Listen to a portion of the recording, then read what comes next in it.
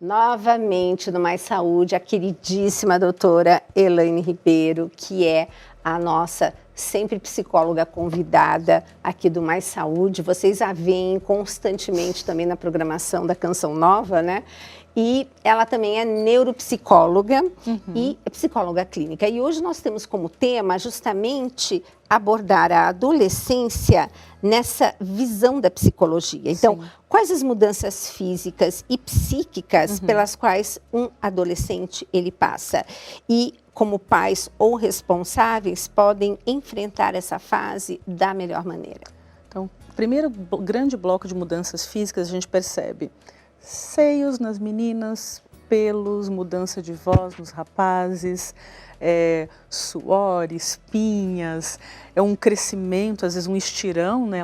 O rapaz ou a menina vem com uma certa altura e daqui a pouco ele estica. Menina, né? Sempre cresce mais que menino, né? Sempre cresce mais, né? A partir, isso varia muito, mas geralmente aos 10 anos você já começa a perceber, né, essas mudanças e também mudanças de comportamento.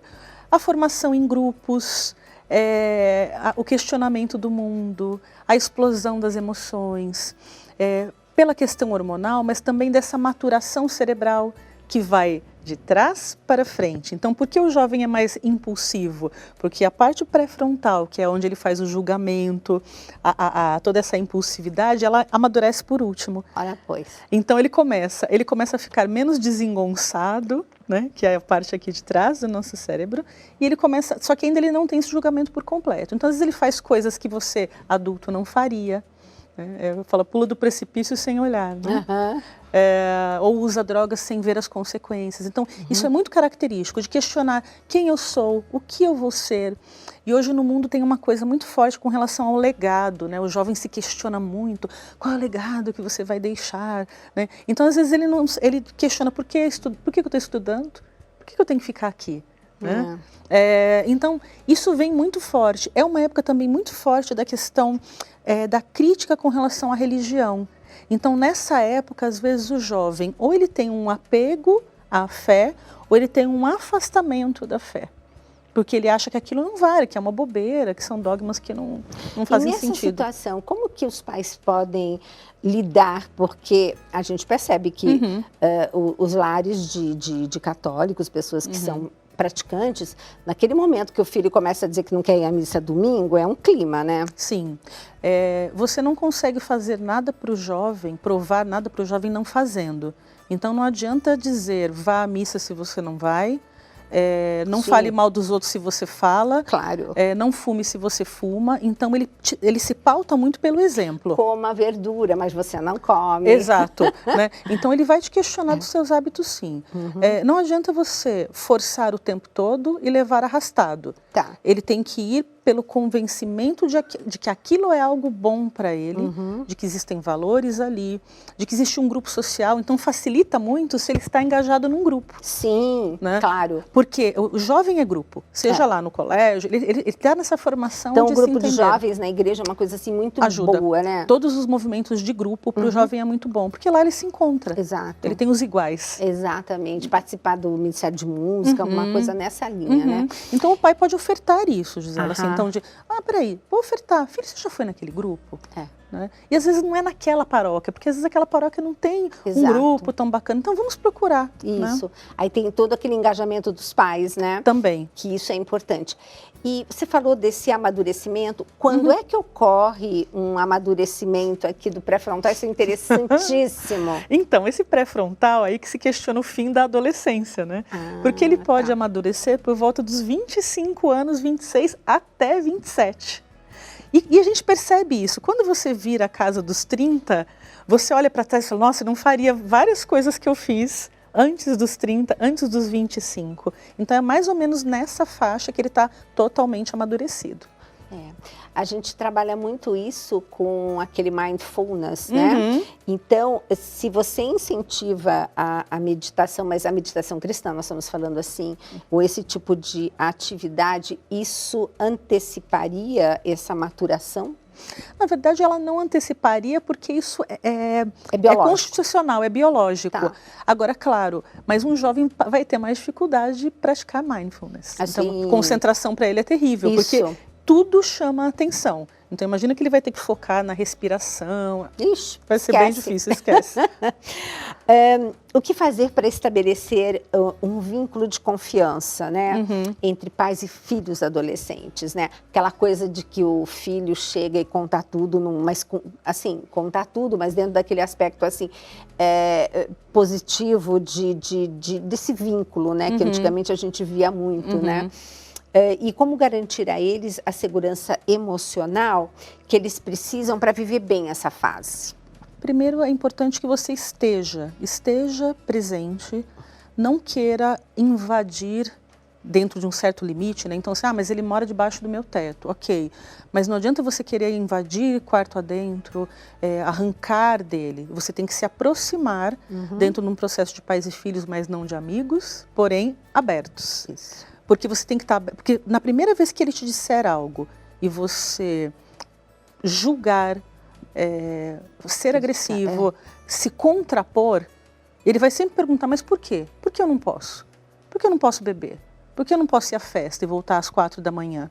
Então, esteja aberto para colocar as questões do mundo, a ouvir, a estudar também, porque às vezes você, pai e mãe, tem que entender mais o que é esse jovem. Isso. Entender das questões sexuais, que às vezes o teu filho dá de 10-0 em você. Em informação, mas não em qualidade, claro, né? Porque eles vão aprendendo de N formas. Mas então também de entender um pouco mais esse universo para você conseguir dialogar. Às vezes até de gírias. O jovem fala tanta coisa e às vezes eu fico lá, né? Ouvindo músicas e procurando, porque ele traz coisas para você que se você não entender, você está por fora. Né?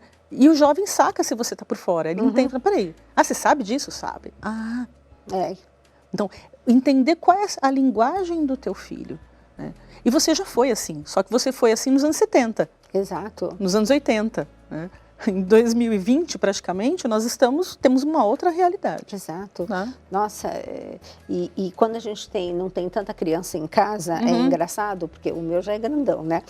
E daí, quando eu começo a conviver com esses outros jovens que vão no consultório, né? Tia, quero ser sarado, sabe aquela história? Sim. Eles têm um vocabulário que eu fico bem discreta, anoto, e depois eu vou pegar e apertar a tecla SAP, porque cada hora é um diferente. Exato. Mas é verdade isso, a gente tem que estar muito antenada. E você recomenda, então, leitura, assistir programas? Hoje tem tanto acesso a tantos grupos, ou então dentro do Instagram, vamos supor, muita gente que coloca informações de qualidade. Sim, eu acho que é interessante você buscar, porque a gente concorre também com seriados, com informações na TV, que vão numa contramão daquilo que você gostaria para o seu filho. Sim. Então você precisa entender o que esse mundo está dizendo, o que você tem de informação disponível para ajudar o seu filho, e estar aberto para, lembra da questão, quanto mais abertura você der em acolher, seja lá que questão for, porque ele pode trazer uma questão cabeluda, na sexualidade, na afetividade. Então, se você apenas disser não, você está jogando o seu filho para o mundo de novo. Então, de novo, abra os braços e os ouvidos e traga ele para perto de você. Então, isso vai dar segurança. É você respeitar aquilo que é o sagrado dele. Tem coisas que ele te pede. Mãe, não fala para o pai. Pai, não fala para a mãe. E às vezes vai ter que segurar a onda um pouco. Porque ele também quer estabelecer um vínculo de confiança e tem coisas que ele só conta para a mãe ou só conta para o pai. Exato. Né? E aí você acha que os pais têm que conversar a respeito? Tem.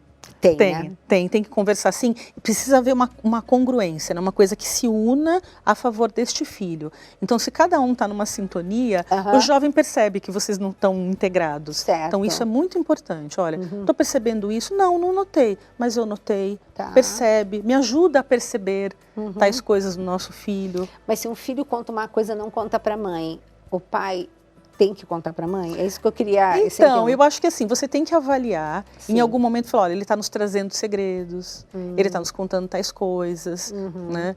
E aí, você que é pai e mãe, talvez estimule. Vá falar com seu pai, vá falar com a sua mãe.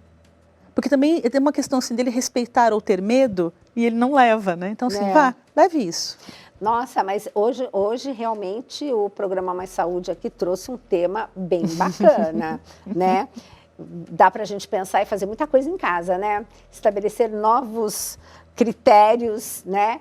Muito interessante, Elaine, super obrigada. Essa pauta foi muito boa, te agradeço muito. Obrigada. Gente, esse programa Mais Saúde que volta com você na próxima semana. Lembrando, você pode assistir novamente através do Canção Nova Play, porque, olha, é muita informação. Então, faça uso dela e divulgue. Porque quem está com filhos adolescentes provavelmente está com uma turma de mães e de pais com filhos adolescentes. Então, vão trocar realmente experiência, mas dentro dessa linha, né, que a gente preserva aqui na Canção Nova, tá? Um beijo grande e até o próximo Mais Saúde.